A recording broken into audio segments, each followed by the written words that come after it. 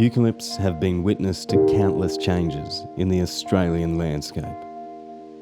They are ancient survivors, essential to the land. What do we value about these trees? Eucalypts are fundamental to culture, makers of place, home to our wildlife.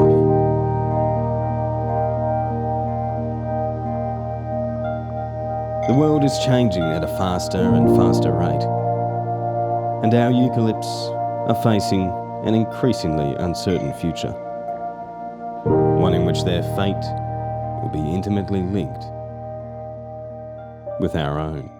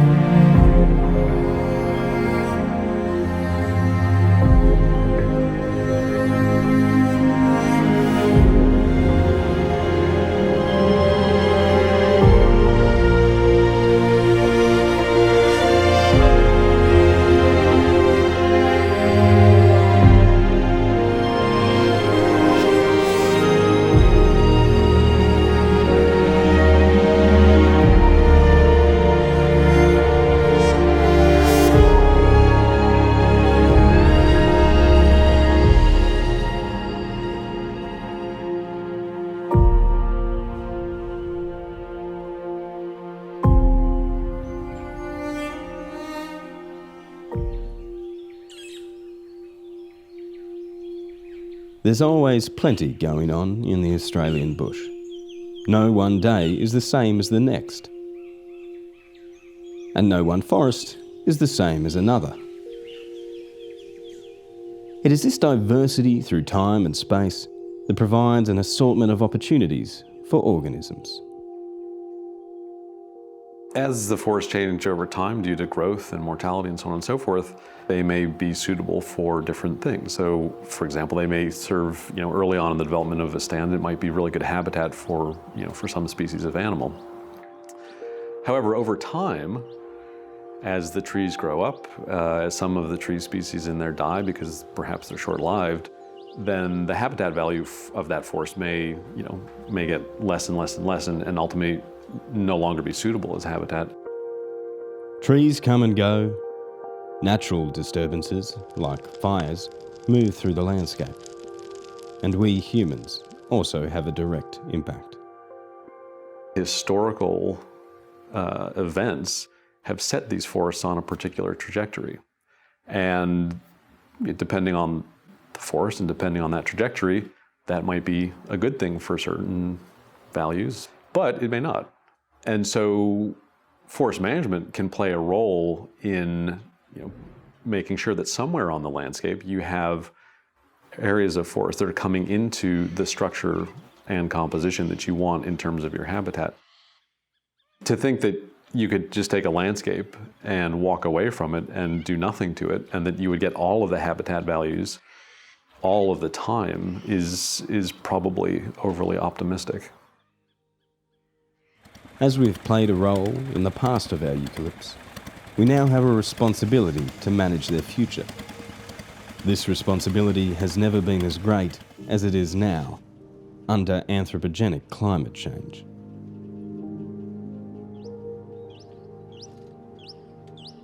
So as the climate changes in Australia, which it already is, we can expect change in what we see in our eucalypts and in our environment. And that change will be driven by the increasing temperatures and by changes in the rainfall regimes, and that will interact with the vegetation to also change the fire regimes.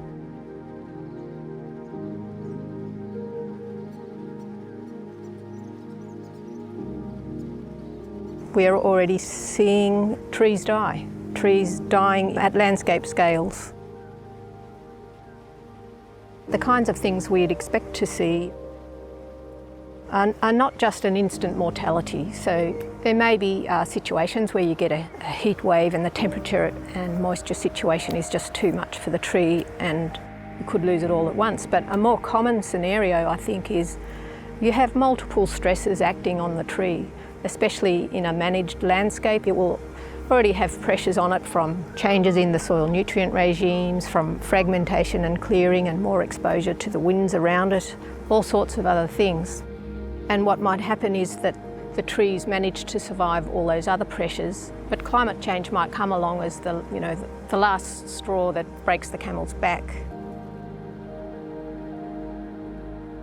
We need to think about management and management prescriptions that can make the forest both resilient to some of these types of changes and more adaptable to the changes as they develop. An obvious thing, and this is being tested and explored in many different forests around the world, is to reduce the density of your forests. So if you have fewer trees sharing the same amount of resources, then they should be more vigorous and they should be more resilient. Work that we did with river red gum showed that pretty unequivocally. Very high density river red gum got absolutely smashed in the millennium drought. Same area, same species, much lower density. They simply ignored the millennium drought and just coasted right through it with almost no mortality. And so when we think about going forward, into this probably hotter and drier and perhaps more extreme climatic future, we need to be thinking about forest management options that can help the tree species get through that. The resilience of some eucalypt species will be tested as never before by the changing nature of a fundamental feature of the Australian environment: fire. There's concerns that it's getting drier, that fires are becoming either more frequent or more intense. Certainly research that we've done in Kosciuszko National Park, the level of fire activity in the last 50 years is unprecedented in the last nearly 4,000 years. It's dramatic. Of course, that's really relevant to people from a bushfire perspective. Humans love to live in the bush, and so that really affects how we might have to manage that bush and therefore our relationship with it. And then, from a more of an ecosystem perspective, we have some particular types of eucalypts in Australia that are actually fire sensitive. So most of us are probably familiar with the way eucalypts can go through a bushfire and then within a year or two you'll see they're covered in leaves again. They'll resprout from their trunks and their branches and their bases. And relative to the size of the tree and how long it takes to grow a tree like that, they'll recover pretty quickly. But there are other eucalypts in Australia that actually don't survive fire. And that's all very well when you only get the fire every few hundred years. They're adapted to that and they regenerate really densely from seed, forming dense sapling stands, and takes several hundred years to grow back into the mature forest or woodland. So the problem comes really when that fire comes back again too soon, before the tree's had really time to build up a really strong seed bank in its canopy to come back after the fire as a dense seedling stand. And so those types of eucalypt forests and eucalypt woodlands are at risk of being lost due to those changing fire regimes. And we are actually already seeing that happening. So a lot of the ash forest in southeastern Australia has been burnt already in recent decades and increasingly double burnt. One of the real concerns is that we see a sort of contraction of areas where species will be able to regenerate successfully. And in some cases, mountain ash in the Central Highlands, for example, it's a dramatic reduction. So you go from 40 or 50% of the Central Highlands as suitable for mountain ash regeneration today, and then under sort of moderate future climate scenarios at the end of this century, that'll be reduced to about 10% of the landscape. And so then you have a landscape where the dominant native species can't regenerate. And that's a big worry. Many of us who know and love those systems will care. Other people perhaps won't ever know that they existed. We might be sad that we can't have what we used to have, but we can start to make some choices about the direction we'd like the change to go into the future. We need to think about our values and really what we want to do in those situations. We can't really just keep on doing what we used to be doing to maintain what we love and know. We have to understand that it's going to change. If we try to do something like bringing in new populations of the same species, it's often called assisted gene migration. We can sample the seed from a mix of populations that we think reflect the future climate, mix them together perhaps in our planting, and then over time we've put the genetic material in place to adapt and to sort itself out. And if we do it with different species, it's known by various names, assisted migration or translocation. And then we come up against people's sense of place and how that influences their feelings about their landscapes. Humans have been a catalyst for change. Do we now sit back and just watch things unfold? Or do we take an active role in the future that we want for our landscapes? Do we move trees? Do we replace one species with another in certain areas? And if so, why? To protect the vulnerable? To offer habitat for certain animals? Or do we manage eucalypts in keeping with our aesthetic tastes? You know, some people may argue that you're playing God here, that you're sort of moving species around. And I suppose that's maybe a fair criticism, but the reality of it is the climate's moving faster now than the species have ever had to respond to in the past. And so it simply may be necessary to do that in terms of the long-term persistence of these forests. At the end of the day, and I think this is fundamentally important, is there are no simple answers to this.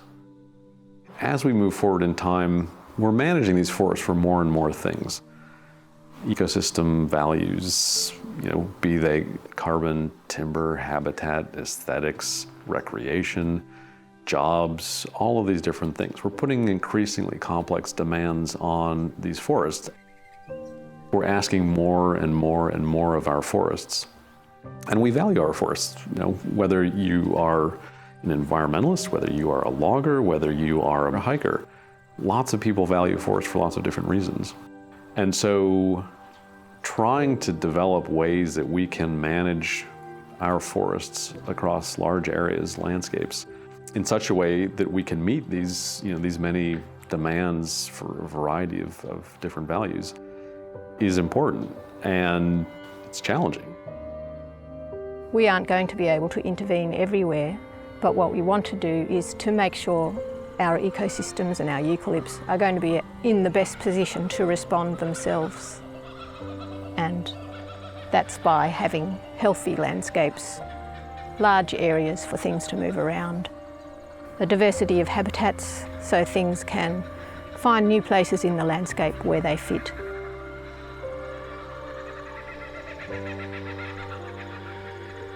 We know that eucalypts evolved over long time frames, and there's a wide array of diversity of eucalypts and of their own genomes, and they will be able to adapt because they have adapted in the past.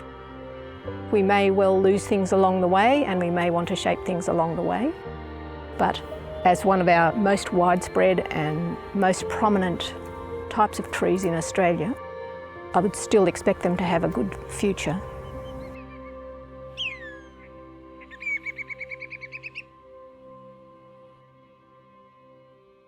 Change is coming. The question is, how will we respond to that change? What future do we want for eucalypts and this ancient land that they define?